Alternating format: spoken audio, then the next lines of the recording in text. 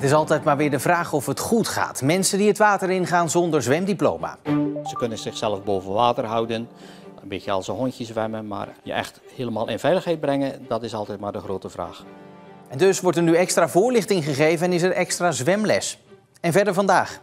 Een Goese kerkklok teruggevonden in Drenthe. En deze ecotunnel blijft voorlopig dicht.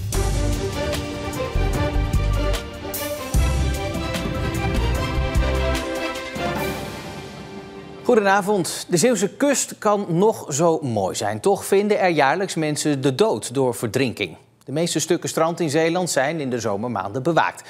Er staan vlaggen en borden, maar de afgelopen 10 jaar stierven er desondanks 27 mensen in de Zeeuwse wateren. Uit onderzoek blijkt dat onder de slachtoffers relatief veel mensen met een migratieachtergrond zijn. Bij de noodopvang in Vlissingen komt de strandwacht daarom langs om te waarschuwen voor de gevaren van de zee. The best thing is to do is not swimming directly back. Ik denk dat ze met hun achtergrond van dat ze misschien uit het Midden-Oosten komen wel daar in de zee hebben gezwommen. En dat is natuurlijk heel anders dan de zee in Nederland, hier in Zeeland. De kou, de golven, de stroming is allemaal heel anders. Nou, de belangrijkste reden waarom we dit organiseren is dat in de afgelopen 2 jaar 2 bewoners van ons zijn verdronken hier in de zee.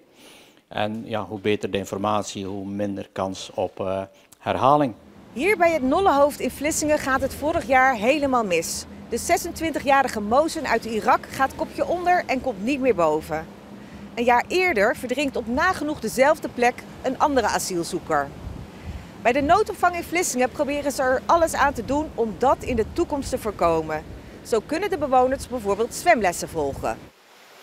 Veel mensen geven aan, ik kan goed zwemmen, maar naar Nederlandse begrippen is het toch vaak maar vrij laag. Ze kunnen zichzelf boven water houden, een beetje als een hondje zwemmen, maar je echt helemaal in veiligheid brengen, dat is altijd maar de grote vraag. Inmiddels zijn er rode bakens geplaatst die duidelijk moeten maken dat het verboden is om hier te zwemmen. Het liefst willen we natuurlijk dat iedereen een hele fijne dag heeft op het strand. En daar horen verdrinkingen absoluut niet bij. En ja, dat heeft ook een hele grote impact op ons team. Want het is heel tragisch en daarom zijn we ook wel weer hier om dit weer te vertellen. Zodat mensen zoveel mogelijk niet in deze situatie komen dat ze verdrinken. Omdat vluchtelingen komen en gaan, blijven de strandwachten voorlichting geven op de verschillende opvanglocaties in Zeeland. En natuurlijk staan ze ook op het strand altijd paraat.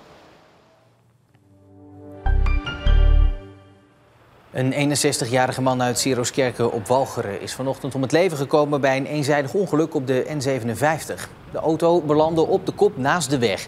De bestuurder is nog met spoed naar het ziekenhuis gebracht, maar kon niet meer gered worden. 4 zalen met elk 168 stoelen, drankjes op bestelling en ook nog een Japans restaurant. Ja, zo klonk het bijna 20 jaar geleden toen de bioscoop in Terneuzen opende. Maar het doek valt binnenkort. Pathé is nog geen jaar eigenaar, maar gooit nu al de boel dicht. Tot teleurstelling van de gemeente Terneuzen. Die gaat nu met de bioscoop in gesprek over hoe het nu verder gaat en wanneer de deuren definitief sluiten. Gisteren is bovendien ook bekend geworden dat de bioscoop in Vlissingen vanaf eind deze week niet meer CineCity heet, maar de naam Pathé op de gevel krijgt. De bekende Goese straatschoonmaker Ben Verberk is overleden. Zijn collega's van de werkvoorziening reageren vol ongeloof en wethouder Joost de Goffouw noemde hem een mens met een groot hart voor de binnenstad en haar mensen. Hij was vaak te zien met zijn straatstofzuiger en had voor iedereen een praatje. Ben Verberk is 57 jaar geworden. En straks in deze uitzending een heuse sinkhole in Terneuzen. Maar eerst gaan we naar Drenthe. Een oude klok uit Goes heeft namelijk een wel heel bijzondere reis afgelegd. En die reis, waar onder meer de Tweede Wereldoorlog en een zinkend schip in voorkomen, is helemaal uitgezocht door Kees Vermeeren uit Drenthe. Dan zagen we die klok in de garage liggen en toen stond erin gegraveerd de Goes 1930. Er is uitgebreid onderzoek gedaan naar de herkomst van de klok en wat blijkt, hij maakte onderdeel uit van het carillon op de Maria Magdalena kerk in Goes, daar achter mij. Hij werd weggesmokkeld om te verbergen voor de Duitsers die de klok wilden confisceren. Het ging met een bootje over de Zuiderzee, maar dat bootje dat zonk. En zo kwamen de klokken op de bodem van de Zuiderzee terecht. En later, bij de drooglegging van die Zuiderzee, kwamen de klokken weer tevoorschijn. Toen is hij gekocht door de gereformeerde kerk van het dorp Heiken in Drenthe. Tot de kerk sloot en de klok naar het Oud-IJzer ging. maar hij werd gered. En door het bijzondere verhaal is de klok nu terug in de klokkenstoel van het dorp. Ja, dat is volgens mij hartstikke uniek met zo'n geschiedenis. En dat we gewoon weten waar die vandaan komt. Het carillon in Goes is na de oorlog vervangen en aangevuld, zodat ook hier weer een volledige set klokken hangt. Ik vind het heel mooi met deze geschiedenis en dat we dit verhaal aan het dorp kunnen vertellen.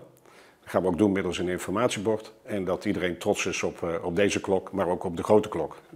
En dat merk ik wel, dat leeft wel in het dorp. Iedereen heeft de klokkenstoel omarmd. Al zal het luiden aan de grotere klok worden overgelaten.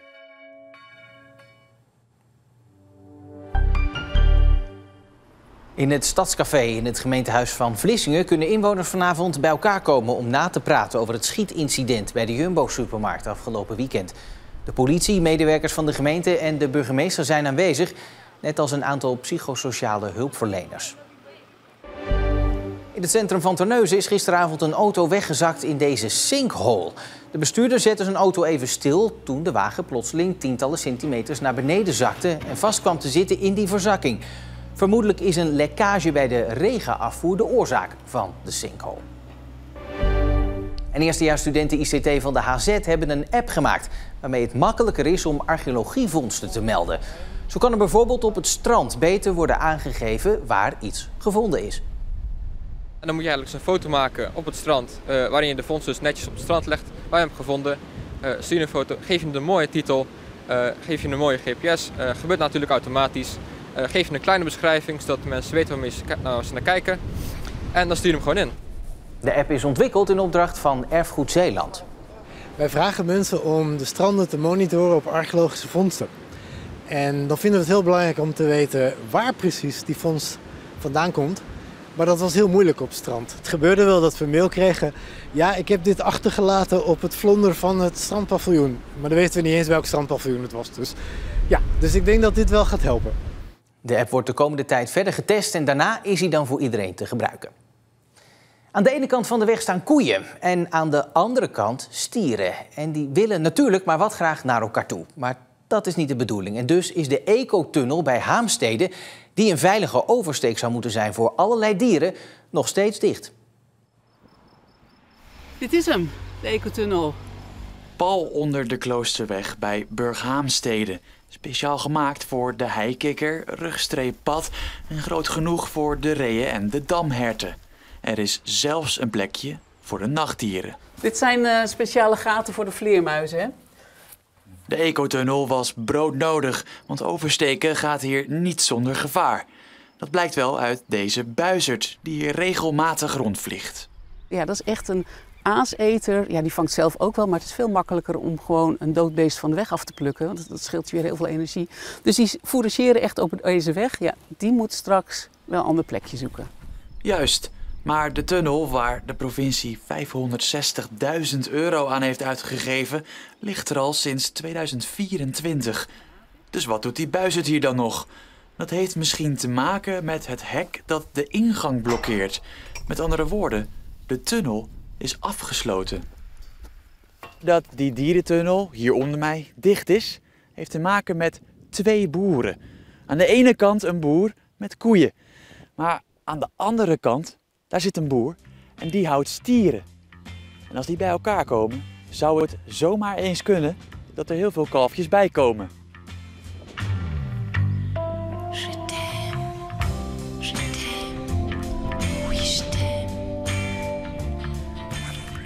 Ik denk dat de stieren wel graag er doorheen willen, want die ruiken die koeien wel, maar dat moeten ze, nee, dat is nog even niet handig. Nee, krijg je te veel kalfjes en van een andere ras dus. Ja, dan krijg je een heel gek ras, denk ik. Ziektes? Nou, misschien ook wel, ja. Ja. En dat is voor niemand leuk. Maar ja, de tunnel heeft €500.000 gekost en er was sprake van hoge noodzaak. Heeft de provincie dit over het hoofd gezien? Nee, dat is niet zo. We wisten ook dat we nog wat nawerkzaamheden hadden, dus dat komt eigenlijk gewoon heel mooi uit. Er moet namelijk nog een trechtervormige rastering gebouwd worden, zodat de dieren makkelijk de ingang kunnen vinden. Voorlopig nog niet open dus. Nee, voor de kleinere dieren dus wel, maar hij is nog niet afgerond. Nee. Eind dit jaar loopt het pachtcontract van allebei de boeren af. Wat betekent dat de koeien en stieren moeten verkassen. Maar ondertussen is oversteken nog altijd een groot risico. En daarom klinkt er ook kritiek. Vanuit D66 bijvoorbeeld. Die zeggen in een reactie dat dit te gek voor woorden is. Ik hoop dat hij echt zo snel mogelijk open gaat. Dus op het moment dat de koeien eraf zijn, dat hij dan al open gaat. Misschien zeggen de aannemers, die zeggen van ja, het is misschien nog handig om het even dicht te houden tot echt alle werkzaamheden klaar zijn. Daar durf ik even niks van te zeggen. Maar in 2026 gaat hij absoluut open voor alle dieren. Klein, groot, alles. En tot die tijd wordt het geduld van deze stieren nog even op de proef gesteld.